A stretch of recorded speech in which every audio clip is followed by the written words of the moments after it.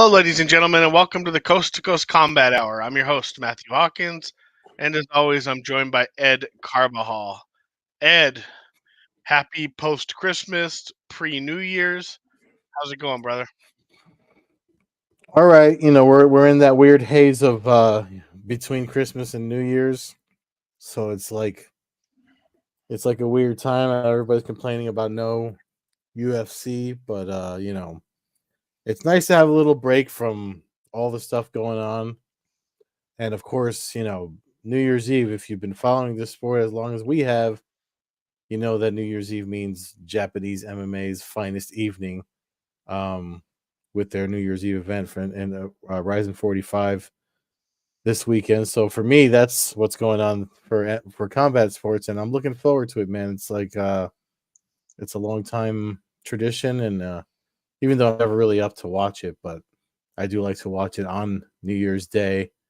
Catch the highlights or the day after because they're ahead of us, and catch the highlights and stuff. I did stay up for it last year because I did the results for my MMA news last year, or the beginning of this year. So it's a weird time. I mean, it's going into 2024. It's a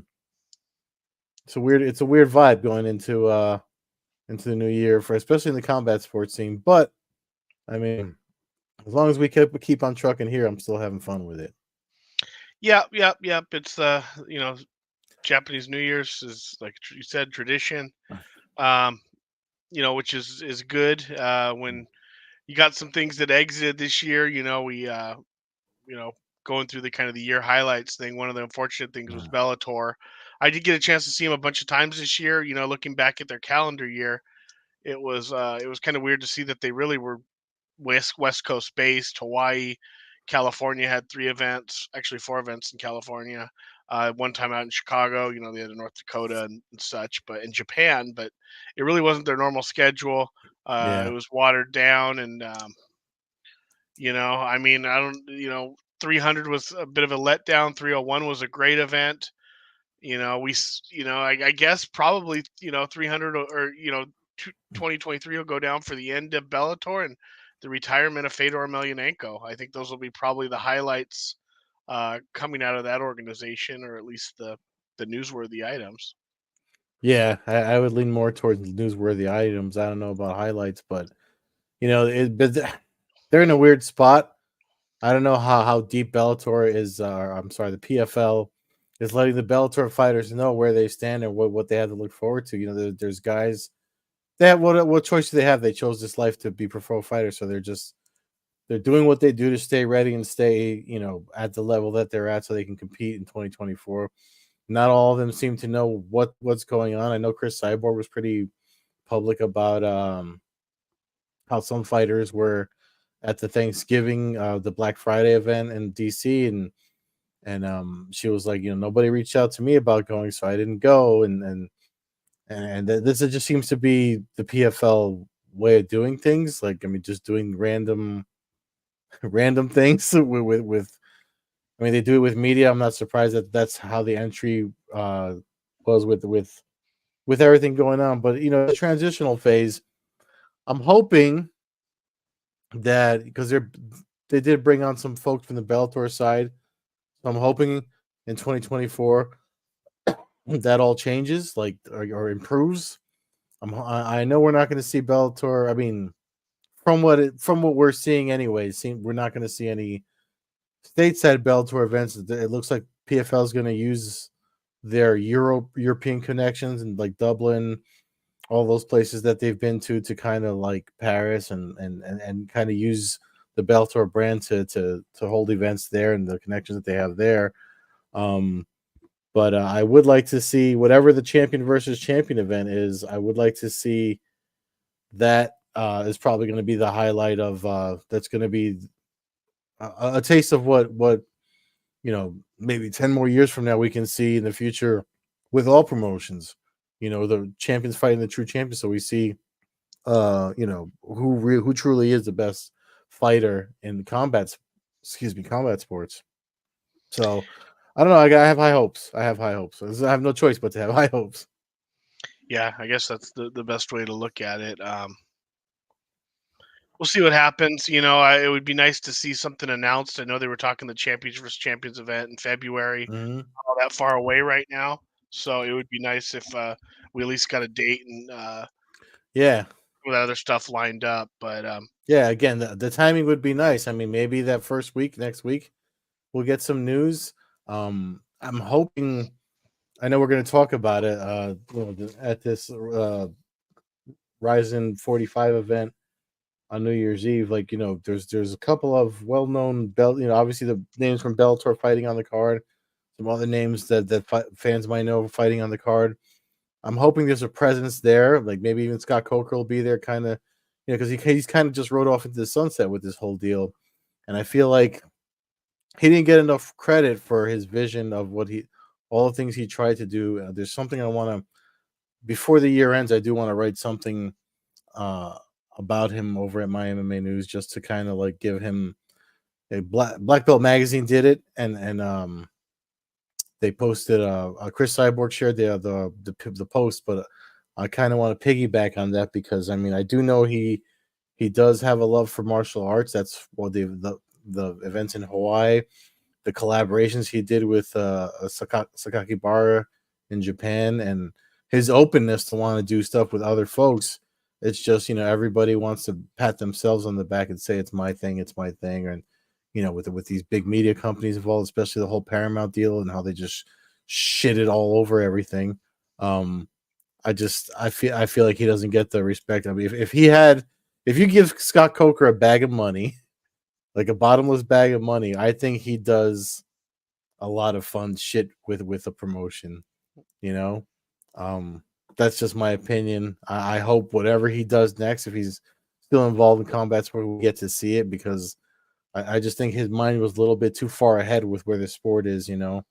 Like it, it's uh, it's just weird to me how there's things that like the champion versus champion thing the PFL is doing. It's something he was open to. It's just now they have their name on it. Don Davis did put out a poll for like Kayla Harrison and who she should fight next because he pointed out that now with the acquisition they have all the top 145 women in combat sports, which I tend to agree with. So he's putting Kayla Harrison as the bullseye, but I feel like I feel like he's got something there that he could really dip into. And he put out the poll. Obviously, Chris Cyborg is the one that folks want to see Kayla Harrison face, but it looks like they're working on stuff behind the scenes. If anyone's talking about it outside, yeah, I would say follow Don Davis's Twitter account because he seems to be promoting the future more than anybody else, including the PFL social channels. speaking of the future, a couple other things that came out this year. I would say that the rise of karate combat just a couple weeks ago, Mm-hmm. something we got to look forward to, something new and fresh, and that. And I think BKFC really put himself on the map. I think Mike Perry established himself as a legitimate combat sports star this year.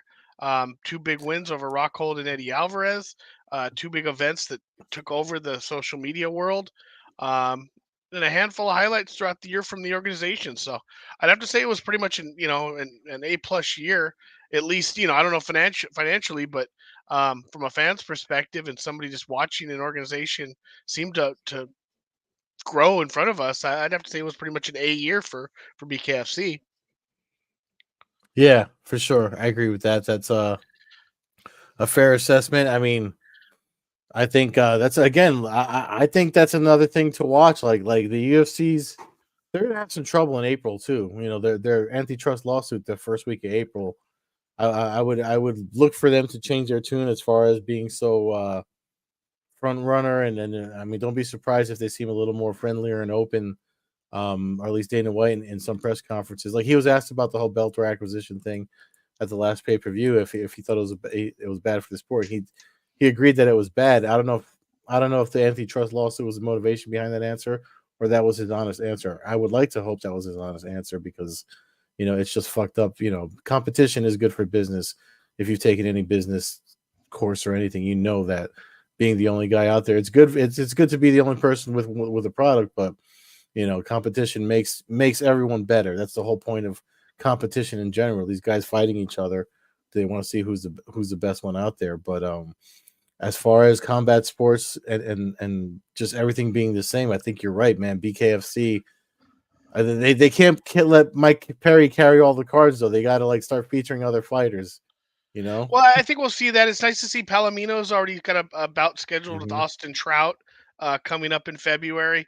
I see they've already got two of their like contender series, their prospect series events scheduled for the upcoming years. So I think that they got some other guys that they can build some names off of. They kind of showcase some of the heavyweights towards the end of the year. So be interesting to see where it goes. But I mean, as far as putting people in seats at arenas and stuff, we don't get. There's not a lot of promotions that are super successful at that and are able Hmm. to do that. I mean, we had one earlier this year be successful in the United States. Hopefully, that can continue. I'm a little bit nervous that nothing's come of that. Hmm. Um, it kind of gives me the Pride vibe, where it's like they come into a couple events and then, was that like a last ditch effort just to try to survive? And Ugh. you Yeah. never know anymore. So, um, but yeah, BKFC Karate Combat were the highlights of the year. UFC had a bunch of highlights too. Mainly some retirements. I mean, I say highlights, but this year we get Glover Teixeira, Shogun Hua, just to name a few of the big names that walked away this year. I know I'm forgetting a ton of other ones. Um, you had the upset, Sean Strickland upset of Israel Hmm. Adesanya. You had the Volkanovski Makhachev one great bout early in the year, and then in the rematch later in the year, obviously Makhachev, handled business early on. Um, for you and me and just bleed fans, we had Justin Gagey put his shin upside the head of Dustin Poirier. Um, we had the return of John Jones and then the exit of John Jones all in a matter of seconds. Yeah. Um, and then McGregor, who, is he just doing a bunch of crack and talking out of his ass, or is the UFC holding him back, or is he testing positive for USADA, or is he not getting tested at all, Yeah, or is man. is is is USADA even around? I mean, who He the just hell posted knows anymore?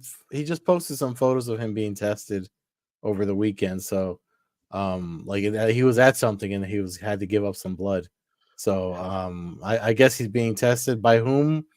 Who knows? Or I don't know who. That could have been AI for all I know. But yeah, but I mean, like you said, who knows where he's at? I know Michael Chandler was saying that now he's thinking that McGregor's trying to get out of it and look for an easier fight. I'm just like, dude, like, I mean, UFC 300 is around the corner.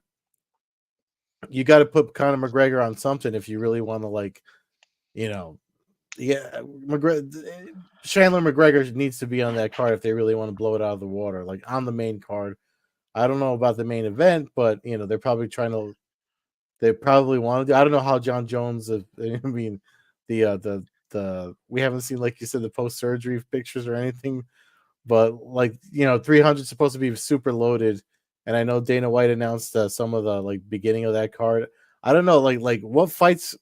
I'm hearing a lot of Gaethje Makachev talk. Like I don't know, that'd be a nice fight for 300. But what fights are you like? What fights would The you want to fights that see have for been 300? announced so far, I'm not interested that about. The Prohaska and Mm-hmm. Rakic. Was it Sterling and Cater? I mean, honestly, like I know there's some names, but not fights I'm interested in. It seems like it's reach fights. I'm hearing Mm-hmm. Possibly Aspinall versus Pahea at heavyweight. Mm-hmm. Um, Another fight that doesn't really. I mean, sure, it's fun, but it's a gimmick fight. I don't. I'm going to stick to my guns and say we don't. We never see McGregor Chandler. I think Chandler fell for the machine, the hype. I Mm-hmm. think he got. I'm going to say he got a little greedy. He was hot, and instead of having fights for the last year, he stood around waiting for McGregor. And McGregor, I think, is going to leave him at the altar when it's all said and done. I think we're going to end up seeing McGregor Nate Diaz 3. I think that's going to be the gimmick fight that they put on it. Mm-hmm. I think that's what we're gonna get. It makes the most sense, because if you have to have a gimmick fight to sell UFC 300, and the fact that they haven't really developed a whole lot of stars over the last 8, 9 years. If we have Yeah. to go back, to that fight to headline that, then you know, I think it's a little bit, but I think that's something we might see. I don't think Chandler's gonna fight McGregor. I think McGregor will fight Gaethje before he fights Chandler. I think there's bigger names and bigger fights. I think the UFC will give him whatever he wants. Once he comes back, I think it'll be, hey, you're fighting this night. Who do you want to fight? And he gets to name whoever the heck he wants to fight. I think that's how it's gonna Mm. work. I know Dana White, like literally as we started recording, Dana White just went live on IG, so maybe he's announcing something that'll change our viewpoint or what have you. But I mean, we'll find out in a few minutes, I guess. But yeah, man, I'm trying to think. I mean, there's really, I mean, I think the UFC peaked like the way the WWE peaked for me back in the day. You know what I mean? Like we're at that point where the Attitude Era is ending, and now it's whatever the hell it is now, and that's what's happening with the UFC, and I'm just more interested in these in the sport as a whole and things that are going on outside of it, like outside of like Justin Gaethje. For me personally, anyway, I'm a big. Everybody knows I'm a big fan of Justin Gaethje, Brandon Moreno. Trying to think who else makes me like want to tune in. There's not that many names like there used to be that I really want to tune in for UFC 300, and this is the downside. I think James Lynch did a whole podcast on it himself where he just talked about the downside of holding too many events. Like you're spread all so far all over the place that when you do an event that's supposed to be the one that grabs everybody, it's not grabbing everybody. Like I agree with you, man. The fights that are announced, it's hard for me to get excited. Like no, I'm just like okay, like when I hear about Yeah, them, I'm yeah. just kind For of like 300, I'm not impressed. I do like and I'm lucky enough. I'm going to be attending 298 in Anaheim out here. mm-hmm, I do like the card that's shaping up for there. I like Costa Whitaker. That's kind of a mm-hmm. fun, and to me, Costa's kind of like a pride style fighter, and maybe that's because he looks like a roided freak, or however you want to say it. But he kind of gives that vibe to me, like he could have fit well in Pride, fighting the the guys over there at that era, So him Whitaker's fight, I like Dashvili Cejudo. I think that's a good undercard fight. Um, it's not, but for 300, nothing's really gotten me that interested, and I don't know. Honestly, McGregor and those guys aren't the ones who would make me interested. I don't know what fight it would be at this point because they, like I said, they haven't Mm-hmm. created any. There's no real mega fight out there right now that people are yearning for. I feel Mm-hmm. like, and I feel like people, you see the fans talking about how they're going to do. Oh, the card's going to be this, that, and this. You look back and UFC 200. They were good cards, but they weren't. They weren't all just mega. It wasn't like it was mega stacked with just meaningful fights from top to Mm-hmm. bottom. It was a lot of good fights, but just names, just kind of names, kind of just thrown on Mm-hmm. there to have names. Fight that like Lozon versus like Gomi didn't really do anything Yeah. for anybody. Obviously Musashi came out of that with a big win over Thiago Santos that night and stuff at 200. But um, I I don't know. It'll be interesting to see what happens. But Yeah. I What about look. what about like up and coming fighters? Like who are you looking to see make a bigger name for themselves in 2024? Like young fighters. Like especially in the Blanchfield's interesting. I know she's going to be in Atlantic City out there. yeah. Um, for Bellator and stuff and that era, I'm still interested in seeing what happens with Pico. He's Aaron Yeah. Pico's a guy that I'm kind of curious to see where he ends up out of this. I Yeah, know.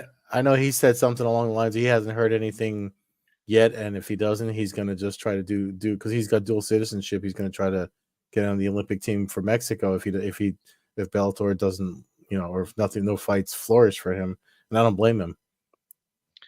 Taporia and stuff like that. If he's able to see what it does to I mean, this fight for Volkanovski coming up in February is a big fight. It's kind of a legacy fight in a sense. He's lost two in a row. I know he's lost two in a Hmm. row out of his weight class, but you it gets you lose if you lose this fight. sure, most people are going to say he deserves an automatic rematch at featherweight, but then Hmm. you're promoting a guy for a title fight who's on a 3-fight losing streak, no matter how you cut it. You know what I mean? And if you lose again to Topuria, then you on a 4-fight losing streak, and to me, it can be you can go from the top of the mountain to the bottom of the the bottom of the ditch real quick if things don't go if Topuria happens to be one of those guys who have your number. I don't know if that's how the fight's going to turn out, but I am interested to kind of see how that goes, and um, I think the O'Malley train will come to a grinding halt sooner than later. I think he'll probably get by Vera, um, but I think that he'll fight a wrestler who will grind him to death, Dashvili. Hmm. Whether it's Cejudo, whether it's Sterling in a rematch. I think there could be some more smarter tactics used, and perhaps a boring win, but somebody just rips the title out of his hands in kind of a grinding fashion through wrestling. Because I think that's the way to do it, because we've talked about it, since day one. Hmm. O'Malley's a special talent, especially on the feet. He's got some good submissions, but on the feet, he's not somebody to mess with. He's kind of got that Anderson Silva like striking, where it can just Yeah. be a straight laser beam that hits you in the chin and puts you out, and he's done it multiple times. So Yeah. there's some storylines, but I don't know if there's any like mega superstar storylines being created right now. Yeah. I agree. I mean, it's that's what's kind of making it hard sells for folks that have been following the sport for a long time. The people that are sucked in and just UFC zombies. They get excited for any bone that's thrown at them. Um, I'm wondering, like, I know they said they're going to come to New York twice this year. I'm wondering how true that is outside of the November time. With March them being on the East Coast, I wouldn't be surprised. I heard April might be one of the days that they do something, but I don't think they'd be because UFC 300 would be in April, right? If is that right? Yeah, April's Yeah, you have 13th is 300. I wonder if they're yeah, going to count the Atlantic City thing as going to New York twice. Is that what they're gonna is that what they're gonna end up saying? We came out the same region or yeah, same area, but yeah, I don't know. But anyways, you mentioned RIZIN earlier this episode, and it's New Year's Eve, and I don't know if we're gonna get any you know, sumo wearing, Takata hitting drums and gongs over the weekend, but we should. We should though. yeah, That's what we've learned to expect with Japanese MMA. I am a little disappointed that we don't get any of the freak show fights. I know that RIZIN is really aimed at trying to be a more of a straight edge, real fight organization. yeah. But I always feel like on New Year's Eve we should see some anime characters or pro wrestlers or um, Well, you never sumo know. Like I said, wrestlers. we'll see when we get there. Let me bring up the card since we're talking about it. Uh, there you go. Um, I mean, again, I mentioned Horiguchi and Juan Archuleta. They're the main event. Those are the title fights on the card. There's a lot of names on this card that like I just literally watched John Dodson's last year's or was it last year or yeah, last year's event where he knocked the guy out quick fast. Uh-huh. um just before we started recording, and he's fighting again against Hiromosa Ogokubui. Kubo, sorry, I Oga can't. Kubo. Yeah, just trying to see if there's any other names that jump out at me because it seems like a long night. But I mean, like when they did the thing with Showtime, they only showed the Bellator Rising portion, but it was a card. It was almost a 20 fight card. Was a 17 on this one? Just like this one, like Clever Koki versus Utaka. So that main card is actually really good. Um, I'm trying to see if there's any other names that. Izawa against Yamamoto. Uh, Yeah, that's a yeah. great female bout. Like you said, Ogakubo, Dotson, Yuki Montoya is a name who's been in a bunch of Ryzen events. And then, like you said, Kaoki and Seato and Mm-hmm. Asakura Archuleta is and Yeah. Shinryo and Horiguchi are obviously the two big fights and the two most meaningful fights, two title Mm-hmm. fights. I'm obviously gonna lean on the red corner is all me. That's who I'm picking. I mean, I got Archuleta and Horiguchi winning, but it get so crazy in Japan on New Year's Eve. You never know. Yeah, I'm gonna go with those two guys too. I mean, Archuleta, we've said it a million times. He was we didn't know I think first of all, I mean, a genius move on his part. Talk about knowing reading the room and Mhm. jumping ship out of Bellator and going over to Ryzen at a perfect time. Mhm. He's keeping busy while other people don't know what they're doing. He's getting fights and now he's getting title fights and he's the defending champion now and he gets to fight on New Year's Eve against a street fighting warrior from Japan who's got a win over Horiguchi um, and just I mean just a really good fight. I mean Archuleta he's got a win over Patchy Mix. I think that's all you really Mhm. need to know about the guy. Three of his four losses are to the to Stotts and Pettis and and Pitbull. Other than a loss early in his career, so he's only lost to the best of the best, and he's got wins over the other best in the division. So I'm wondering if Archuleta, I mean, really made we talk about, making power moves and stuff, and it seems like he made a great decision here, Yeah. going to Japan, getting a chance to live the dream, go fight in a foreign country, a country that he seems to really acclimate well to and enjoy the atmosphere that it provides. And if you're kind of a kooky person, it seems like Japanese is a great place, to kind of to to go and have a great time and kind of the reasons I want to go check it out. There's a lot of silly stuff out there that looks like it'd be fun to check out and just be around.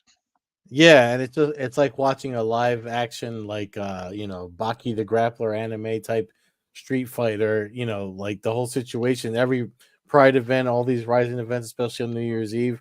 And I don't know if it's so much a case of Archuleta reading the room and seeing that's Joseph Correa from Proof Media that said, "Yo, what's up? Uh Happy holidays, Joseph." But whatchamacallit, yeah, I don't know if it was a case of him reading the room as much as because when he was there this time last year, one of the things he was super like at the press conferences and everything that had the opportunity to be a part of virtually, through Zoom or whatever, he was super adamant about just how he fell in love with how much they love combat sports and MMA out there. That's why he's out there like this was something he just like saw himself doing. When everyone left, he stayed longer. He probably just made some more connections. Um, it looks like him and Sakaki Bara probably got along really well because I mean Sakaki Bara just seems like the type of dude that he'll try anything if he thinks it'll bring more fandom and everything. And that's what I'm saying. Like guys like Sakaki Bara and Coker that just love the sport, they'll listen to fans and try stuff. If they can, if their hands aren't tied. And I feel like that's the case right now, and with Ryzen. I mean, I hate to say it, you know, they're still here, and Bellator got acquired, but that's not Coker or anyone's fault, but that's Paramount's fault. But we talked about that a bunch. Um, Correa said that Archuleta stayed for the Japanese women. I mean, you know, who knows? Who knows why he stayed? But he definitely loves it out there.